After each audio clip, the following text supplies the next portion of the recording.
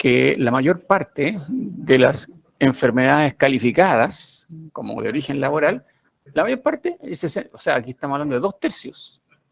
2/3 de todas las enfermedades son de tipo mental.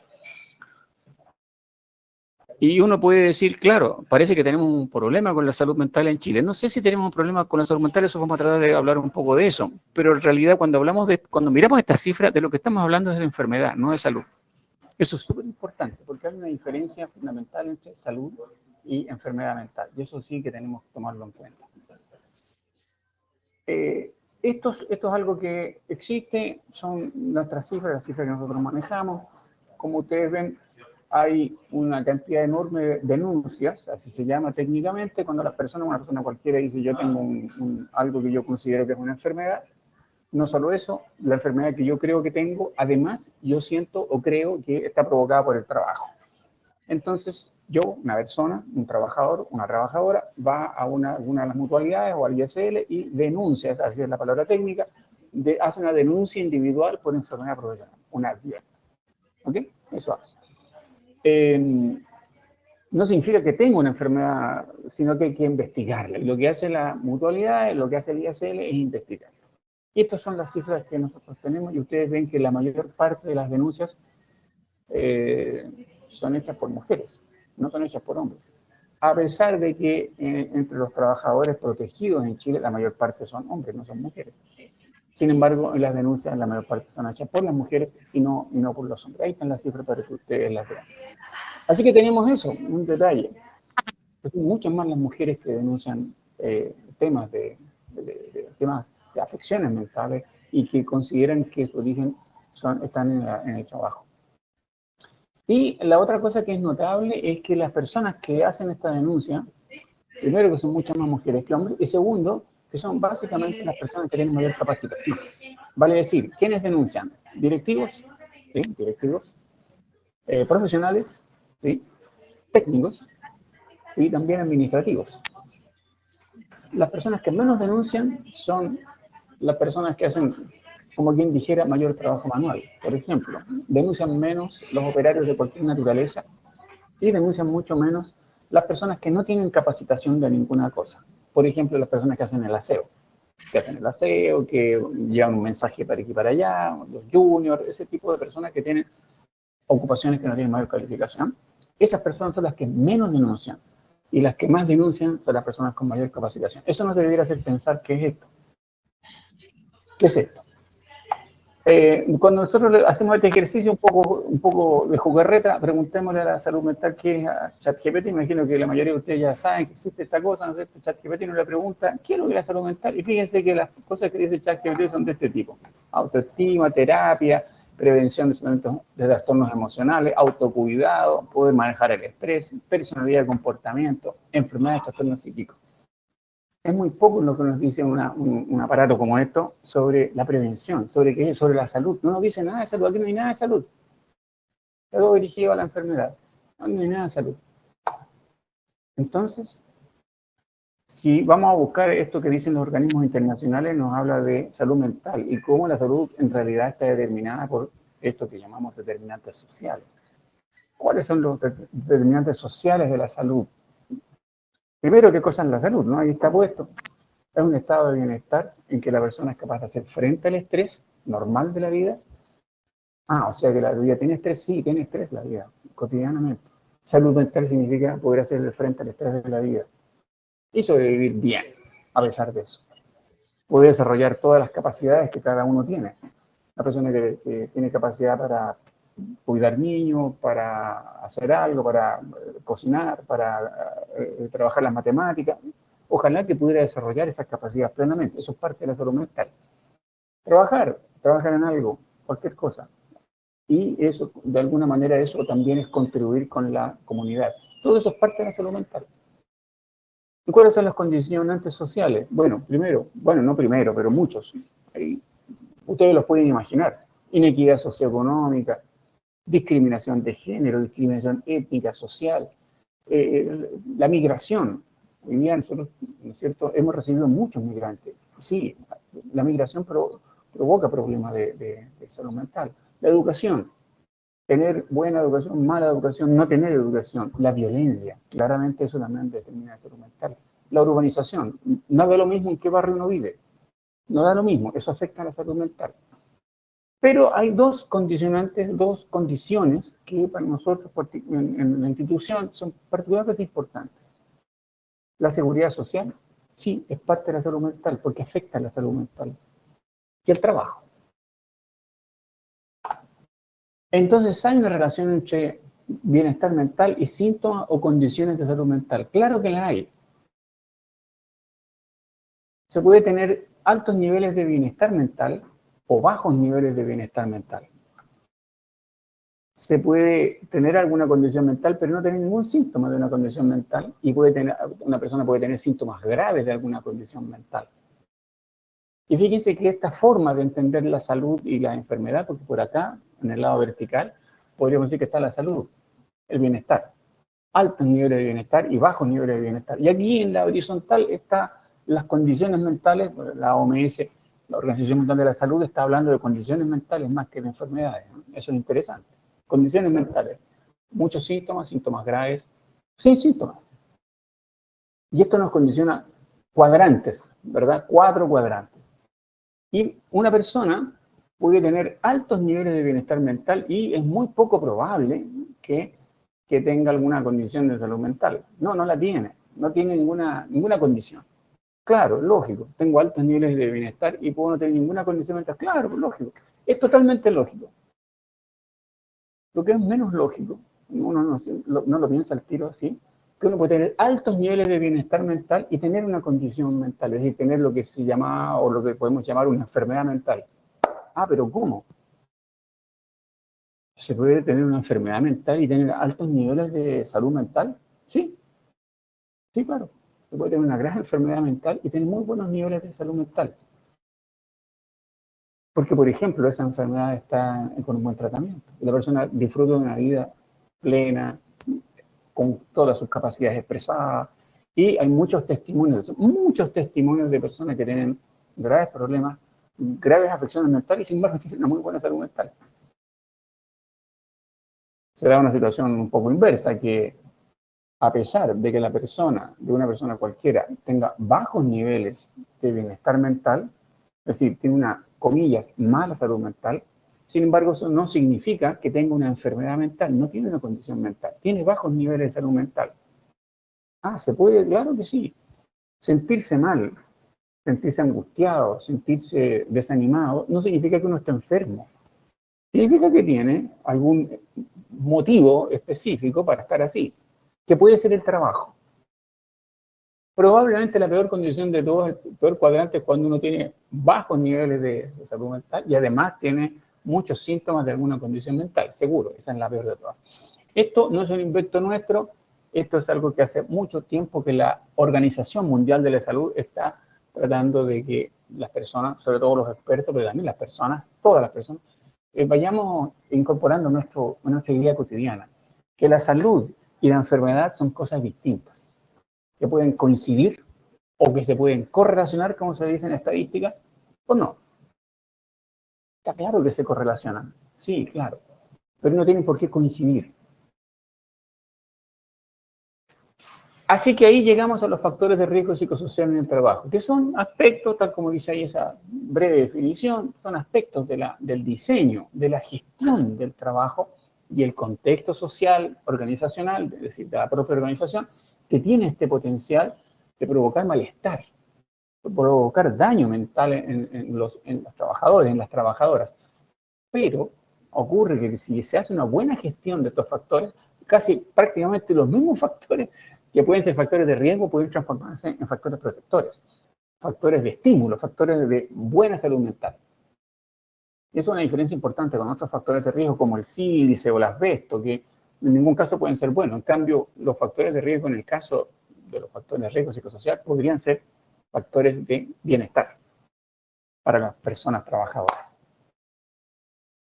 Distinguimos así muy a grandes rasgos esos factores que podemos llamar más clásicos, que son los físicos, los químicos, los biológicos, los ergonómicos, y los factores de riesgo psicosocial. ¿Qué tenemos? Esos dos grandes grupos: la organización del trabajo y las relaciones personales en el trabajo. En la organización del trabajo, muchos ejemplos, las exigencias en las que se incluye la cantidad de trabajo, el ritmo, las exigencias de alguna habilidad en particular, pero también está la autonomía que tenga cada una de las trabajadoras o trabajadores a propósito de su trabajo. ¿Puedo yo elegir la velocidad en la que trabajo? ¿Puedo elegir el ritmo? ¿Puedo elegir la cantidad, el lugar donde voy a trabajar? ¿Puedo elegir quiénes son mis compañeros de trabajo? Etcétera. Eso es autonomía.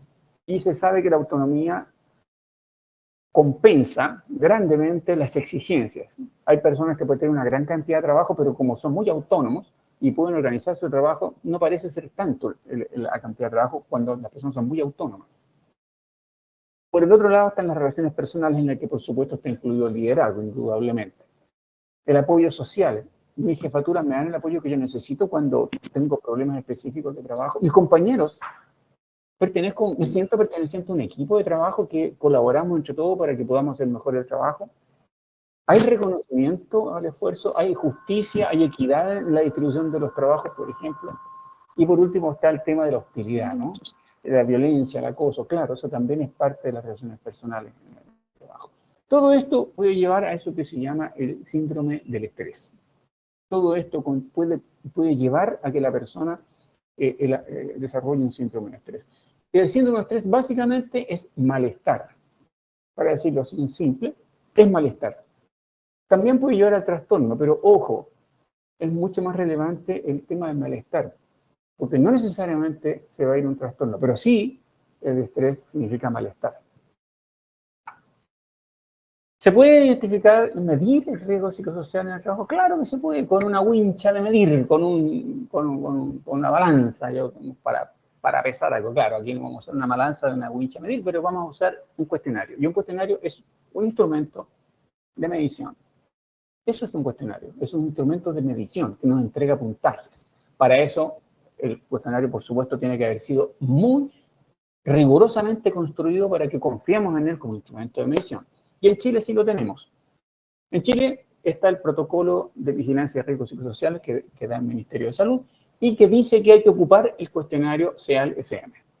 El protocolo dice lo que hay que hacer y nosotros tenemos el cuestionario que es lo que se aplica. Ok, así que tenemos una buena wincha de medir para medir el riesgo, pero esto no solamente es medir. Aquí está la estructura del nuevo cuestionario, ya tiene un año ya de uso, ¿no es cierto? Hay una parte general, esto es lo mismo que el cuestionario anterior, el proceso STAF 21, es prácticamente muy parecido, casi igual, pero tiene algunas diferencias. Una es que se pregunta por teletrabajo, así que hay preguntas dirigidas a saber si las personas hacen teletrabajo o no. Está toda la posibilidad de segmentar por unidades geográficas, por ocupación, por departamento, que eso lo hace cada centro de trabajo, claro. Se mide la salud mental a través de un cuestionario específico que también está rigurosamente validado en Chile, que es el GHQ-12, así se mide la salud mental, y muchas otras cosas en forma general. Y están las 12 dimensiones de riesgo psicosocial. Ahí están: carga de trabajo, exigencias emocionales, desarrollo profesional, reconocimiento, claridad de rol. Básicamente, si acaso el trabajo se distribuye en forma equitativa, si los jefes me reconocen, si valoran el esfuerzo que yo he hecho, etc. Conflicto de rol, calidad de liderazgo, compañerismo. ¿Hay un equipo de trabajo acá o no? Inseguridad sobre las condiciones de trabajo, equilibrio entre el trabajo y la vida privada, que ahora con la nueva ley se está llamando esto conciliación entre trabajo y vida privada, pero fíjense que el instrumento nuestro lo viene midiendo desde hace más de 10 años, porque antes se medía como doble presencia, ahora se está midiendo como equilibrio entre trabajo y vida privada, y la nueva ley que salió hace poco está hablando de conciliación del trabajo y vida privada. Pero ojo, nosotros lo venimos midiendo desde hace como 10 años, no es poco. Y están estas nuevas dimensiones también: la confianza y la justicia organizacional, que no estaba en el cuestionario anterior, la vulnerabilidad, que es básicamente el temor a exigir los derechos, básicamente, son otras preguntas también, pero básicamente es el temor a exigir los derechos, y la violencia y el acoso, como una de las últimas dimensiones. En total, este cuestionario tiene 88 preguntas. El cuestionario anterior, en su versión completa, tenía 142 preguntas y tenía una versión breve de 25 preguntas, que era solamente para realizar una especie de nosotros le llamamos tamizaje, colado, hay que colar, nos quede alguna parte. Pero hoy día hay un puro cuestionario. Hay un solo cuestionario que es este que están ustedes viendo acá. Solamente para que ustedes vean cómo son las preguntas, si es que no lo han contestado ya, esta es la dimensión reconocimiento y claridad de rol. Ahí está la pequeña definición y las preguntas que contiene esta dimensión. Recibe toda la información, su trabajo es reconocido y valorado, es respetado por sus superiores, es tratado en forma justa, tiene objetivos claros, tiene sentido, sabe cuáles son las tareas que están bajo su responsabilidad, se le exigen cosas contradictorias, en fin. Todo esto constituye el reconocimiento de claridad de rol, que es una de las 12 dimensiones del cuestionario. Aquí les quiero mostrar cómo salen los resultados cuando se termina el cuestionario y se descarga en forma automática el informe. Ahí hay dos centros de trabajo, un centro que vamos a llamar A, un centro de trabajo B, y ustedes ven la línea azul que está puesta ahí, lo que marca el 50% de los trabajadores y trabajadoras. Lo que miden esas gráficas que están ahí son la cantidad de trabajadores y trabajadoras en riesgo bajo, o en riesgo moderado o medio, y en riesgo alto, que es el rojo, ¿verdad? En el centro de trabajo A está en estado de riesgo bajo, tiene bastantes dimensiones que sobrepasan el 50% en verde, así que estupendo. Realmente, este es probablemente es un buen centro de trabajo. A la derecha tiene usted un centro de trabajo B, en que en realidad casi todas las dimensiones, los trabajadores y trabajadoras las están marcando como en riesgo alto. La mayor parte de los trabajadores y trabajadoras están en riesgo alto. Así que esto es un centro de trabajo que seguro que está en riesgo alto. No cabe la menor duda que está en riesgo alto. Pero, y esto es súper importante porque lo estamos viendo desde muchos años, y en particular el año pasado que nos dedicamos harto a esto, pero puede darse la siguiente situación.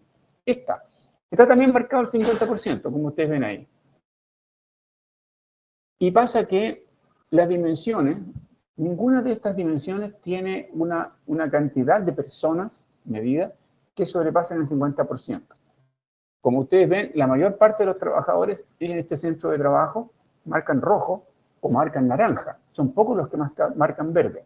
Pero, como ocurre que ninguna de estas dimensiones llega al 50%, ninguna llega al 50%, por el sistema de puntuación que hay, este centro de trabajo va a quedar en riesgo bajo. Entonces, esta cifra nosotros decimos que es un poquitito engañadora, porque uno se confía y dice, pero el centro de trabajo está en riesgo bajo. Estamos súper bien, estupendo. Sí, pero no les llama la atención que casi todas las dimensiones, el riesgo alto, está en el 40 y tanto, por 45, ya, está en el 45%. Claro. ¿Y qué pasa si nosotros le sumamos las personas que están en riesgo medio? Ahí la cosa se nos dispara. Porque yo puedo sumar 45 más 35, me da 80. Es decir, el 80% de las personas están en lo que llamaríamos riesgo no óptimo. Eso es lo que nosotros estamos usando ahora como concepto. Cuando sumamos el riesgo medio, que no es bueno, con el riesgo alto, que es peor, nos da eso que llamamos riesgo no óptimo. Eso no está en los manuales ni nada, es algo que hemos estado viendo y estamos insistiendo este último tiempo, porque ya nos hemos dado cuenta que hay muchas partes donde los centros de trabajo, las personas, los trabajadores, las trabajadoras, los directivos, se confían y dicen, estamos súper bien porque nos dio estado de riesgo bajo. Cuando venga el inspector, ¿no es cierto? Cuando venga la Seremi, nosotros mostramos nuestro papelito, no estamos en riesgo bajo, estamos súper bien. Pero si lo miramos internamente nos damos cuenta que no estamos en riesgo, estamos en riesgo no óptimo. Ojo con eso, que es súper importante. Bueno, ¿qué se hace? Metodología participativa, súper importante, pero extraordinariamente importante, significa que para abordar el tema se requiere participación. Y para eso es el comité de aplicación, que tiene todo este ciclo, hay que estudiarlo con mayor detalle en el manual, está todo esto, pero el comité es muy relevante porque justamente ahí en el comité hay participación de todos y sobre todo hay diálogo. Este método, el cuestionario, el protocolo, se basa en la participación de todos y todas y en el diálogo social. Sin diálogo social no se puede. Sin participación no se puede. Nosotros siempre decimos, en broma y en serio, que aplicar el cuestionario no es más que un pretexto para conversar. Es un buen pretexto porque está bien hecho, sí, claro, pero sigue siendo un pretexto. Es decir, significa que si tenemos un riesgo específico, en una dimensión específica, hay que conversar. ¿Por qué tenemos ese riesgo? ¿Por qué no salió en rojo a nosotros esto? No salió en verde esto, mira, está súper bueno. Ah, ¿por qué será que está en verde? Claro, debe ser por este, por este, por este. Ah, qué bueno. Entonces esas son cosas que hacemos, actitudes que tenemos, conductas, etcétera, que tenemos que fomentar porque estamos bien en ese riesgo. Estamos en verde, perfecto. En cambio, en este otro estamos entre amarillo, naranja y rojo. Eso no está nada bueno. Ah, ya, ahí tenemos que hacer algo. Conversemos, siempre, conversemos. Es un punto esencial. Participación y diálogo, diálogo social. El principal objetivo del diálogo es ese, promover el consenso, promover la implicación democrática de los principales actores en el mundo del trabajo. Trabajadores y trabajadoras, directivos, mandos medios, altos directivos, todos deben participar.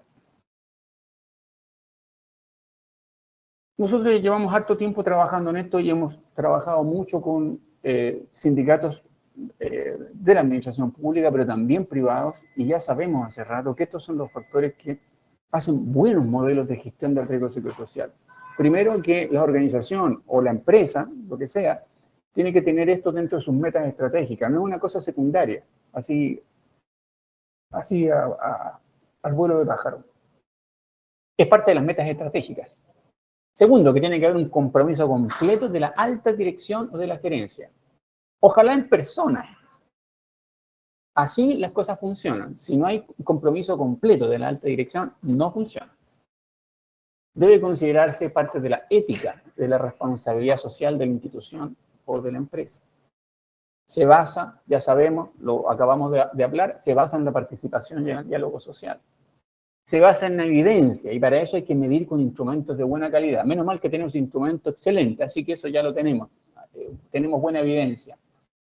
Y las intervenciones tienen que tener esto que llamamos diseño a medida, es decir, cada centro de trabajo, cada organización debe tener sus propias medidas, que se tienen que discutir y acordar. ¿Y para qué hacemos todo esto? ¿Qué consecuencias tienen? No son pocas. Primero, que aumenta el compromiso y el bienestar de las personas dentro de la organización. Excelente. Pero segundo, también aumenta la productividad y la calidad del servicio que se entrega. Nosotros, funcionarios públicos, damos servicio a la ciudadanía. Aumenta ese servicio, la calidad de ese servicio si tenemos buena gestión de los riesgos psicosociales. Además, mejora naturalmente la imagen de la organización. Eso no es poco para muchas organizaciones tener una imagen pública. Ante los usuarios, las personas que tienen que servirse a la organización, que pueden ser clientes en el caso de una empresa que venda algo, y también ante otras organizaciones. No es poca cosa.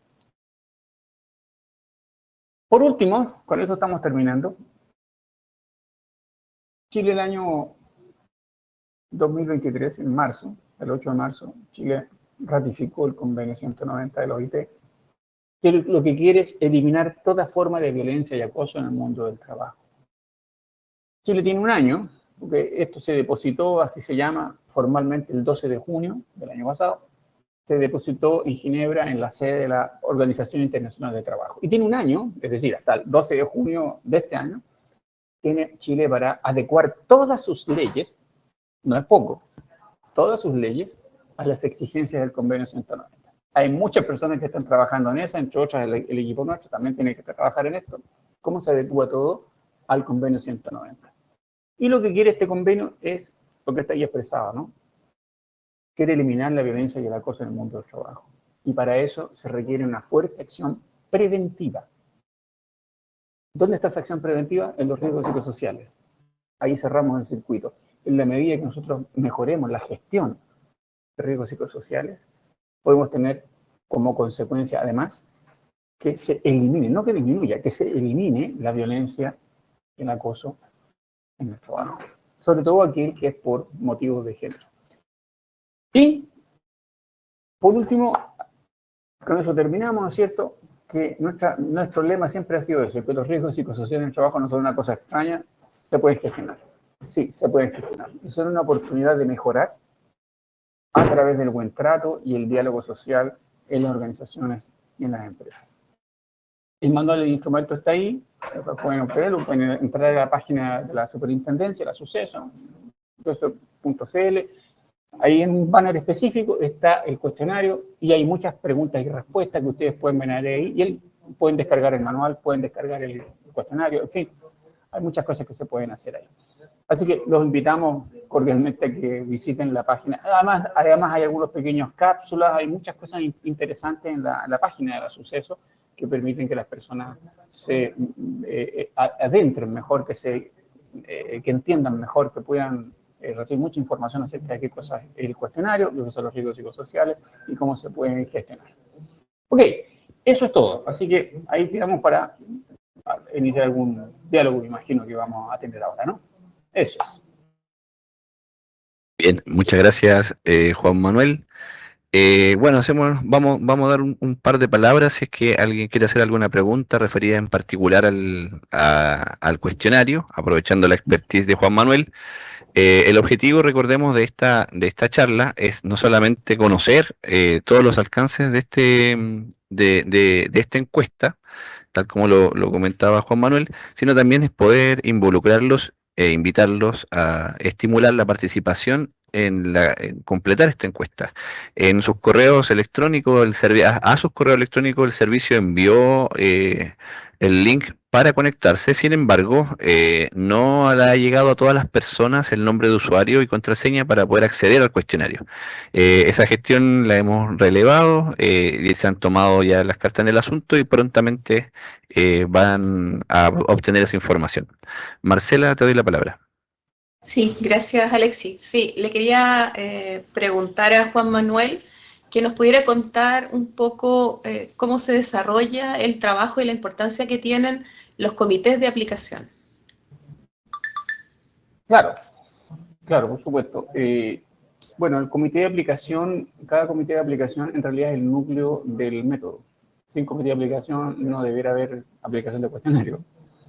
El cuestionario, el método comienza con la constitución de un comité de aplicación. Es el centro de la metodología. El centro del método es el comité de aplicación. Ahí se expresa esto que hablábamos de que es un método paritario, porque se representan tanto empleadores como trabajadores, y dialogante, que es donde se expresa el diálogo social. De ahí la importancia del comité de aplicación. Ojo que no es lo único, porque también están los grupos de discusión, que ocurren después de que se aplicó el cuestionario, ¿no? Entonces, el comité de aplicación yo diría que representa el corazón del método, porque ahí es donde se expresa la participación y donde se expresa también el diálogo social. Eso les puedo contar a grandes rasgos. Gracias, Juan Gracias. Manuel. ¿Alguna otra pregunta sobre la exposición de Juan Manuel?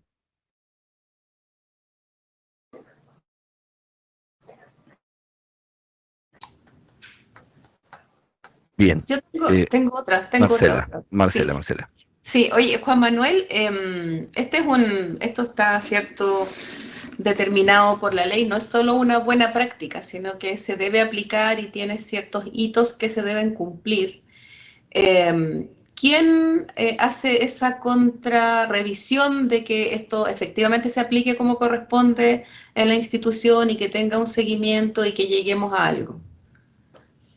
Mira, la fiscalización de lo que ocurra con el protocolo, en realidad no solo con el cuestionario, sino el protocolo es de los organismos fiscalizadores. En el caso de las instituciones públicas son las CEREMI de salud. En el caso de los privados también es la Dirección del Trabajo, las inspecciones del trabajo. Pero en el caso del mundo público, de los servicios públicos, son las CEREMIs. La CEREMI y, en último término, la Contraloría General de la República. Pero no, en este caso no es la DT. Así que si hay alguna, no duda, porque las dudas debieron resolverlo con el organismo administrador. No sé si ustedes están con el ISL. Estamos con la H.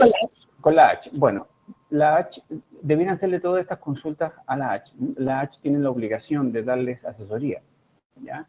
Entonces, incluso de darles capacitación. Probablemente no individualizada como sindicato, pero la H sí tiene ciclos de capacitación en los cuales ustedes se pueden inscribir como comité, está dirigido a los comités de aplicación, Es parte de las obligaciones de la H, de asesorarlos y de responder consultas también. Así que, ojo que la H puede ser un buen aliado, si es que uno lo presiona y lo utiliza así, la H puede ser un buen aliado en esto. Eso. Pero la fiscalización es una cosa diferente, no, eso va por el lado de la CNM. Ok, gracias. Oriana tiene la palabra. Gracias. Hola, muchas gracias, Juan Manuel, por tu exposición.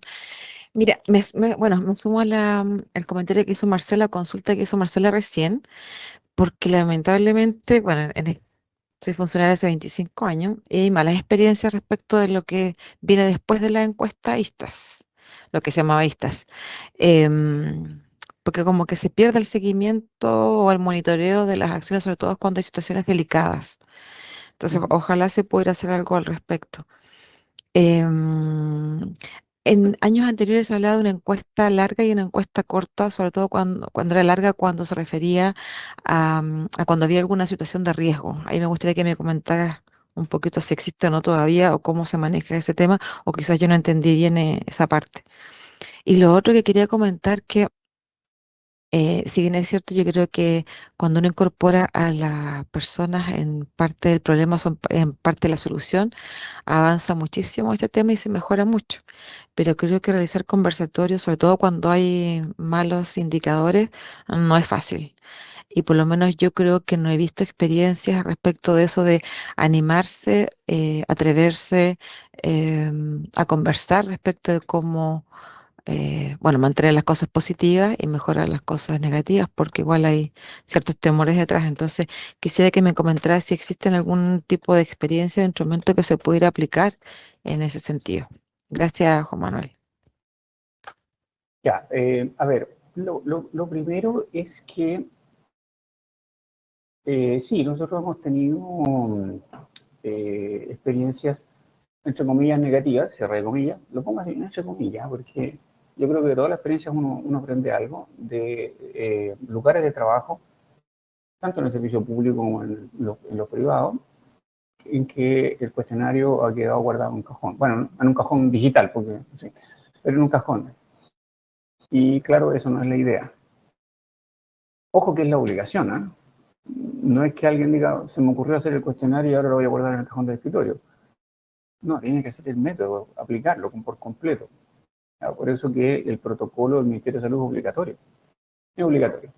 Ahora, aquí voy a usar esta palabra. Creo que depende mucho del poder de organización de los sindicatos. Y también depende mucho de que los directivos también se den cuenta que puede ser un elemento tremendamente positivo para la marcha de toda la organización. Nosotros estamos trabajando en un piloto para que esto se pueda aplicar como uno de los elementos de medición de la buena gestión para los directivos públicos. Así que es probable, porque todavía estamos en etapa de piloto, pero esto se puede compartir. Estamos en esta etapa piloto y si todo va bien y si el Consejo decide que sí, que esto va a ser parte, probablemente se aplique el año 2025. Entonces no solo va a ser obligatorio, sino que además va a formar parte de las metas institucionales. Yo creo que aquí es bueno, creo que es bueno darse cuenta que, insisto, en que cuando tanto los directivos como los trabajadores se dan cuenta que esto puede ser enormemente positivo para todos, entonces las cosas van a funcionar mejor. Porque puede significar también un tremendo salto en la forma de trabajar, en la forma de darle buen servicio a la ciudadanía. Y eso, por supuesto, a los servicios públicos les tendría que importar mucho.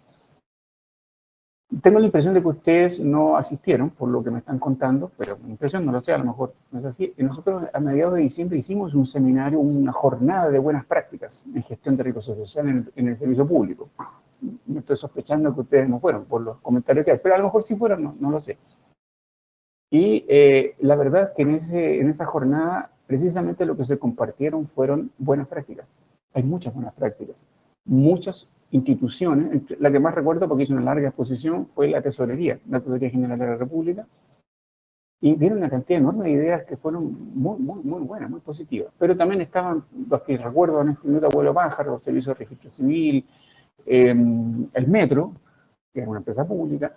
Había muchas personas, muchos trabajadores compartieron sus buenas prácticas. Bueno, de eso se trata de que podamos compartir las buenas prácticas y que sí se hace. No quisiera que se quedaran con la impresión de que a lo mejor ustedes tienen una mala experiencia, puede ser, sí, claro, pero no quisiera que se quedaran con la sensación de que esta es la norma. No, no es la norma, al contrario, puede ser que usted esté fuera de norma en el sentido de que no se está haciendo nada, a lo mejor, puede que esté exagerando la nota, pero hay que guiarse con la idea de que sí, que hay mucho que se puede hacer. Pero insisto, creo que se lo mostré en una de las láminas. Para que esto funcione, no sé si hay que partir por ahí, probablemente hay que hacer muchas cosas, pero entre otras cosas es la directiva mayor, el jefe de servicio, el que tiene, la que tiene, muchas jefas de servicio, la que tiene la responsabilidad de decir, sí, en realidad esto parece interesante, podría ser beneficioso para todos. Créanme que sí, que es beneficioso para todos. Y es probable que a partir de 2025 no solo sea beneficioso para todos, sino que además sea parte de las metas institucionales. Entonces va a haber que hacerlo sí o sí. En fin, pero no partamos diciendo que esto es una especie de castigo, sino que veámoslo más bien como una oportunidad tremenda, ¿verdad? Esto no es solo propaganda, como una oportunidad tremenda para mejorar lo que hace el servicio, para el bienestar de cada persona, de trabajadora dentro del servicio, para el bienestar de la propia institución y sobre todo para el bienestar de los usuarios, que eso también hay que considerarlo. Un servicio que está trabajando bien, con una buena organización, con su riesgo bien gestionado, se transforma además en un lugar muy adecuado para las personas que van a tomar servicio, ¿no? Que son los usuarios. Eso. Creo que esas eran las dudas que tenía. Una cosa totalmente secundaria, pero nosotros solemos llamar al instrumento, llamamos cuestionario. Y todo el proceso podría ser una encuesta, pero en realidad el cuestionario mismo, aplicarlo es un cuestionario, no es una encuesta. Es una cosa sumamente menor, pero les dejo eso como idea solamente. Eso. Gracias, Juan Manuel. Claudio Martínez tiene la palabra y con eso cerramos la jornada. Gracias, Alexis. Buenas tardes, Juan Manuel. Gracias por la presentación. Mi pregunta tiene que ver con si existe algún vínculo que se pudiese generar, no sé cuál, por eso lo pregunto. Por ejemplo, si la aplicación del cuestionario arroja un resultado de riesgo alto en el tema de la dimensión que se relaciona con el acoso. Si ahí se puede generar un vínculo con la ley que se promulgó hace poco, la ley Karim, ¿cierto? Contra el acoso laboral, ¿ya? No sé si tú tienes algún comentario al respecto. Claro. Entre paréntesis, una cosa que me preguntaron delante y que yo no la contesté. Hay un solo cuestionario, ¿ok? Antes había dos, ahora hay uno solo, que es este, que el SM. No hay dos versiones, hay una pura versión que es la que hay que contestar. Nosotros tenemos resultados del año pasado. Yo tengo la impresión, primero, que al medir violencia y acoso, que lo estamos midiendo, no es ninguna sorpresa, porque nosotros ya lo sospechábamos como el Chapulín desde el principio, ¿verdad? Lo sospechábamos que iba a salir muy bajo, y efectivamente sale muy bajo. Tenemos la impresión de que van a ser, si es que hay algo, yo creo que habría que marcar un centro de trabajo que tuviera la dimensión violencia y acoso en riesgo alto. No creo que eso sea posible. Son muy pocos trabajadoras y trabajadores que marcan violencia y acoso en el trabajo. Muy pocas, muy pocas. Pero sí, una cosa que hay que considerar es que para un trabajador, para una trabajadora que está sufriendo violencia y acoso, es una cosa muy potente, muy importante, muy grande. Son pocos, por suerte. Pero cuando ocurre, es muy determinante en su estado de salud mental. Eso es verdad. Pero son muy pocos. Lo que no son tan pocos, y durante ahí sí, es que haya, supongamos, problemas con el reconocimiento. problemas con la equidad en el sentido de la repartición del trabajo, en la justicia que se sienta, la justicia organizacional, que es una dimensión muy relevante, en la vulnerabilidad. Son acosos, esos son violencia. Ya, no sé si llaman los acosos o violencia, nosotros los medimos. Pero lo que tenemos que tener claro es que la violencia y el acoso no salen de la nada. Salen a partir de una organización que probablemente tiene problemas de equidad, de justicia organizacional, de reconocimiento, de mal liderazgo, etc. Y que a la larga pueden terminar en la violencia y el acoso. Entonces, prevenir la violencia y el acoso parte justamente por medir todas estas otras dimensiones y saber qué vamos a hacer con la carga de trabajo, qué vamos a hacer con el liderazgo, qué vamos a hacer con el reconocimiento a las personas, qué vamos a hacer con la justicia organizacional, con la equidad. Y todo eso sí se puede medir y se puede discutir. Mucho antes de que se pueda llegar a una situación de real violencia o de acoso sexual. Mucho antes de que eso ocurra, podemos hacer montones de cosas en torno a los riesgos psicosociales en el trabajo. Sí, nosotros estamos trabajando en eso precisamente porque la ley Karina ha sido muy importante, es una de las leyes relevantes en esto de aplicar, de hacer material el convenio 190 que Chile tiene que cumplir y que ya les dije ya que para el 12 de junio las leyes tienen que haber cambiado. Y sí, la ley Karina es una de las principales que hizo cambiar ya el Código del Trabajo, va a entrar en vigencia, me parece que el 1 de agosto. Pero entre ahora y el 1 de agosto tenemos que adecuar millones de cosas precisamente para que se pueda cumplir. Y básicamente va en torno a lo que yo les estoy diciendo. Que la violencia y el acoso no es algo puntual que ocurrió acá y nadie se lo explica. Es el final de una larga serie de situaciones previas que pueden haber empezado años antes. Les doy un ejemplo que lo vamos a usar cuando hagamos pequeñas cápsulas probablemente, que empiezan cuando alguien despreocupadamente tira un papel sucio al piso. Eso es lo que nosotros llamamos una incivilidad, porque no estoy respetando a los demás. Tiro un papel sucio al piso y no me preocupo. Dejo una taza de café sucia ahí en la mesa para que alguien la recoja. Esas actitudes de incivilidad que nosotros llamamos, ¿verdad?